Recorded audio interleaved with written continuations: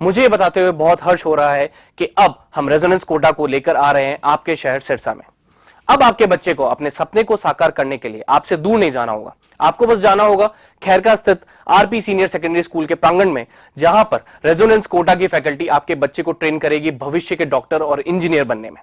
सभी प्रमुख परीक्षाएं जैसे JEE Main, JEE Advance, NEET UG, AIIMS, International Olympiad, NTSC, KVPY, CA, CS, CMA, CLAT, Resonance ने गुणवत्ता और मात्रा दोनों में अच्छे परिणाम देकर खुद के लिए एक नाम बनाया है। अधिक जानकारी के लिए आप डबवाली रोड स्थित RP senior secondary school visit कर सकते हैं या कॉल कर सकते हैं नीचे दिए गए नंबर पर। अब होंगे सपने साकार। धन्यवाद। नमस्कार, मैं हूं प्रमोद और आप देखना शुरू कर चुके हैं दी सड़कनामा.com। इस वक्त मैं मौजूद हूं सिरसा में और जैसा कि आप सब लोग जानते हैं कि किसान भाई हैं वो पिछले कई दिनों से लगातार फ़ोन कर रहे हैं। 2022 का जो बीमा क्लेम बकाया है, खास करके जो कॉटन की फसल का जो खराबा हुआ था, इसके साथ साथ जो जल भराव हुआ था सिरसा ज़िले में, उसका बीमा क्लेम को लेकर के किसान भाई हैं वो फ़ोन लगातार कर रहे हैं।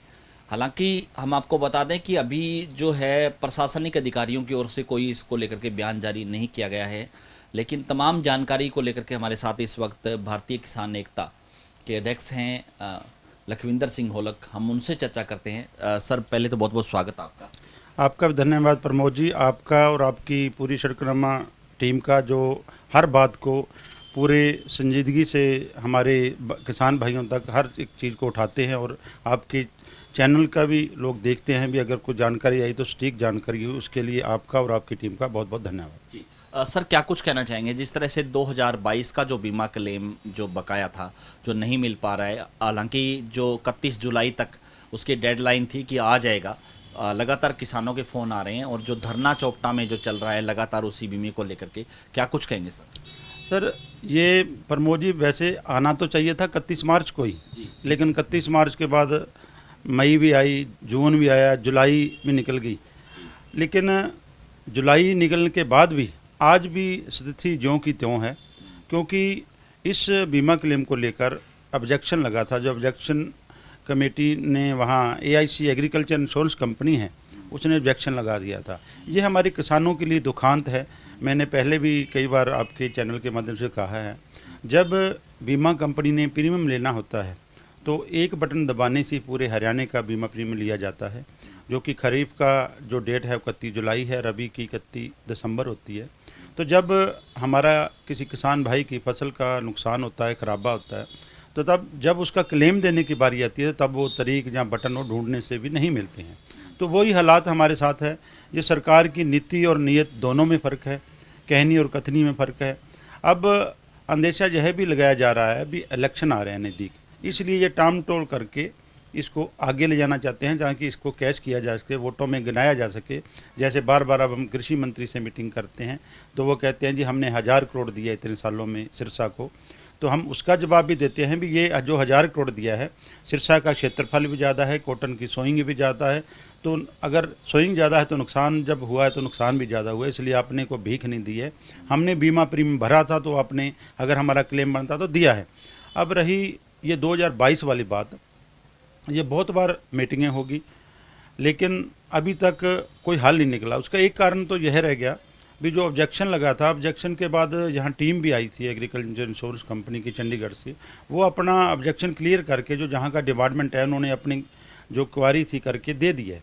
वो बिल्कुल जो यहाँ से जो एग्रीकल्चर विभाग ने करना था वो करके दे दिया है। लेकिन अब कंपनी की नीयत में और सरकार की नीयत में फ़र्क है। सबसे ज़्यादा हमारे साथ ये भी दुखांत हुआ भी, एक जो इस विभाग को देखते थे जगराज दांडी जी से, जो ज्वाइंट डायरेक्टर थे, वो एक तो बीमा को देखते थे, एक प्रधानमंत्री सम्मान निधि को देखते थे। कुछ समय पहले वो गंगा नदी में बह गए थे, परिवार के साथ गए थे, पैर फिसलने थे, वो अभी तक मिले नहीं हैं। उनकी सीट खाली थी, उसकी जगह राजीव मिश्रा जी जो डीडीए थे उनको अपॉइंट किया है। उनको अभी तक क्योंकि वो बड़े सालों से इसको देख रहे थे, और एकदम वो सीट खाली होने से एकदम जो काम थे वहीं कहीं रुक गए।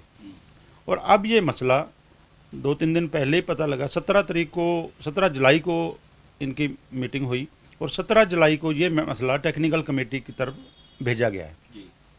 अभी तक ये टेक्निकल कमेटी में पहुंचा है कि नहीं पहुंचा, ये फाइल अगर पहुंचती है तो उनकी मीटिंग कब होती है, कब वो मीटिंग रखते हैं, मीटिंग में क्या डिसीजन होता है और डिसीजन के बाद कितना समय लगता है, ये अभी जो है भविष्य की बातें हैं। और हमें लग रहा है कम से कम 1 महीना तो मान के चले भी 1 महीने तक ये बीमा क्लेम नहीं आने वाला है, क्योंकि अगर 10-15 दिन में मीटिंग होती है, मीटिंग के बाद ये टेक्निकल कमेटी क्या है, इसमें कुछ अधिकारी सेंटर के होते हैं, कुछ स्टेट के होते हैं, कुछ बीमा कंपनी के होते हैं, जो एग्रीकल्चर इंश्योरेंस कंपनी है। क्योंकि आप 2017-18 में भी गया था, 2020 वाला क्लेम भी जो दिक्कत आई थी टेक्निकल कमेटी में गया था, उसमें बहुत समय लग गया था।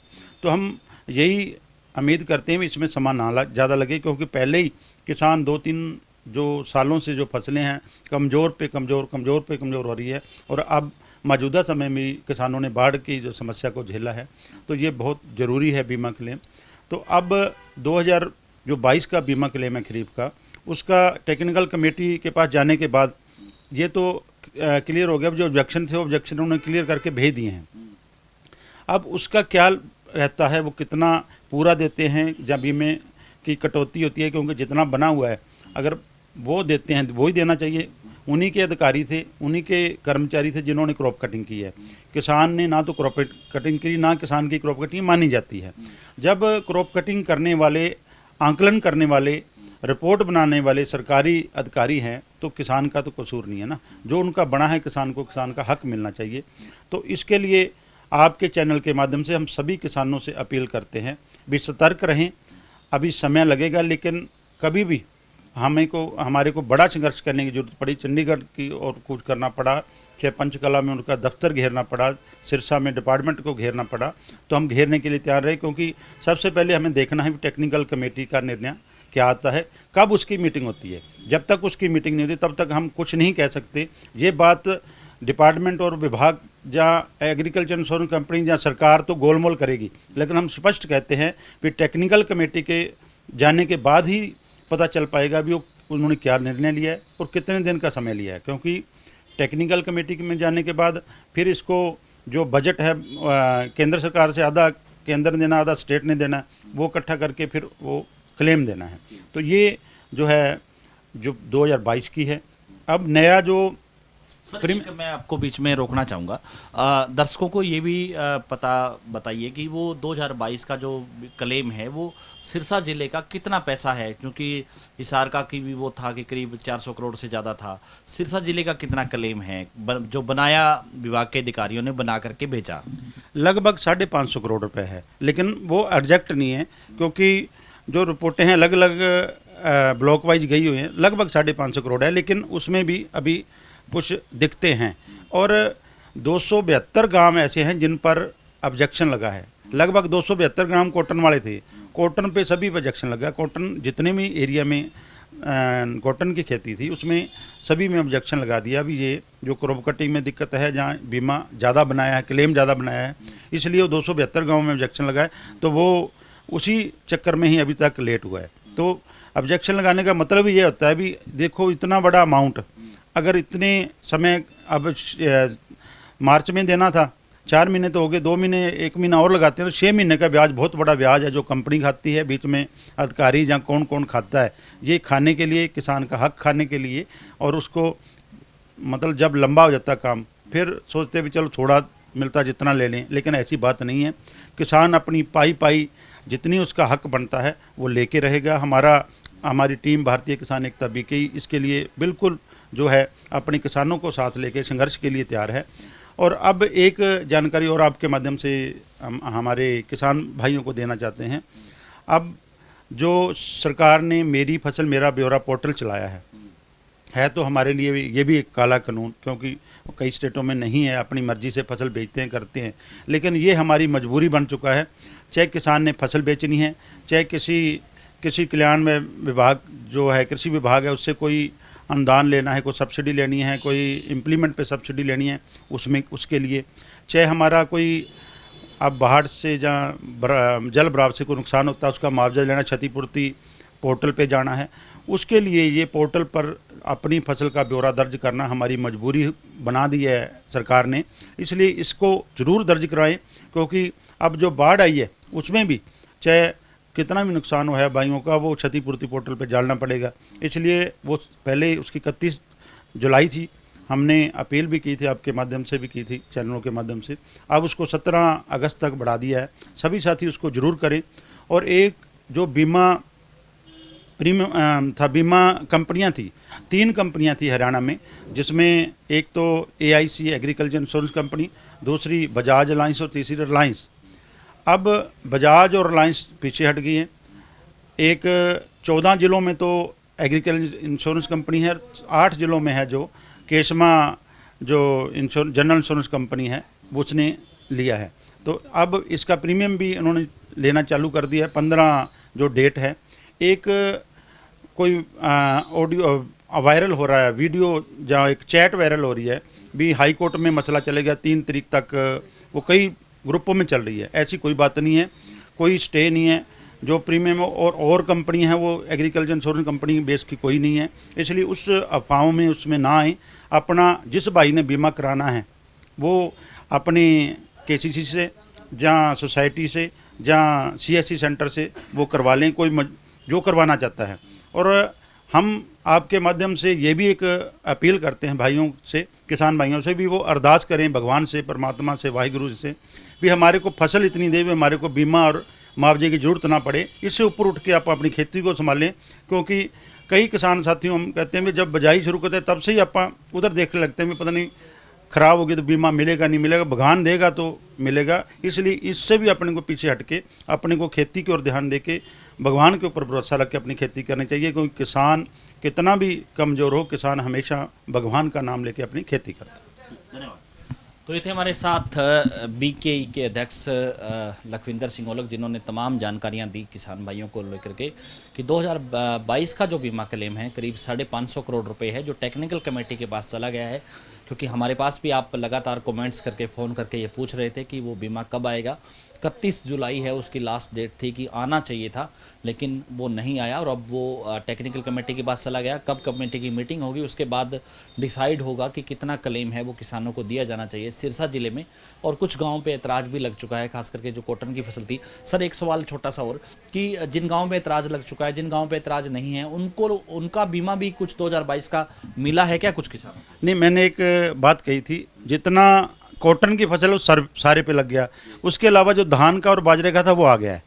जहाँ जहाँ कॉटन था, जहाँ नरमे की बिजाई थी, वहाँ वहाँ सभी पे ऑब्जेक्शन लगा दिया है। सिर्फ कॉटन पे ऑब्जेक्शन लगा है, दूसरे धान का जो एरिया था, धान का बीमा क्लेम आ गया है और बाजरे का बीमा क्लेम आ गया है, सिर्फ कॉटन का रहता है। एक सवाल और सर, चूँकि अभी जो बाढ़ आई है, यानी कि जो प्रभावित जो गांव है, करीब 49 से ज़्यादा गांव हैं जिन गांव में फसलें डूब गई हैं, क्या उन गांव का भी आंकलन किया जा रहा है कि या उनका जो बीमा है उसको लेकर के भी आप क्या कहेंगे सर? देखो, बहुत बड़ा और मौके का सवाल आपने किया है। ये बहुत बड़ी हमारी किसानों की ज़रूरत है। ये जब बाढ़ आई है ना, घग्गर नदी में खाली फसल का नुकसान नहीं हुआ है, उसके अंदर ट्यूबवेल थे, उनके कईयों की ढाणियाँ थी, कईयों के जो ट्यूबवेल के जो कमरा डाला होता वो है, कईयों के घरों में भी पानी गया है। ये इसका आंकलन हो रहा है अभी हम अगर जल्दी में कहेंगे तो छूट जाएगा। एक सबसे बड़ी बात है, जहाँ से घग्गर टूटी है, चाहे मुसाब वाला में, पनिहारी में, जहाँ से टूटी है वहाँ से एक जो धार चली है उसने 5-6 फुट गहरा गड्ढा खोद दिया है। कई जगह ऐसी है जहाँ पे इस फसल की तो क्या हो सकता है गेहूँ की बिजाई भी ना हो, इतना लंबा वहाँ पहाड़ पड़ गया है। और कई जगह पर पहाड़ पड़ने से ऊपर 4-5 फुट जो रेत है ऊपर बैठ गई है, वो सारा बैलेंस बिगड़ गया है। उसका आंकलन करने के लिए अभी समय लगेगा। फौरी तौर पे वो किसान भाई अपना क्षतिपूर्ति पोर्टल तो कराएंगे, और जैसे ट्यूबवेल का किसी की मोटर स्टार्टर खराब हुआ है, ट्रांसफार्मर गया है, किसी की पशु भी गया है, और सबसे बड़ी त्रासदी हमारे ज़िले की, हमारी 2 जानें भी गई है। एक साथी हमारा आबोर से बकैन वाला गांव का बच्चा था, वो वहाँ राहत सामग्री लेकर पनिहारी में पहुँचा था, उसकी सामग्री बांटते समय वो गिर के उसकी सिर में चोट लगी से उसकी डेथ होगी। एक थोड़े दिन पहले परसों की बात यह है, एक साथी अपने ट्यूबवेल को संभालने के लिए, स्टार्टर को संभालने के लिए घग्गर में उतरे थे 3 साथी, और पाम फिसलने से वो भी गिर गया, उसकी डेथ होगी। 2 कैजुअल्टी हुई है सिरसा जिले में।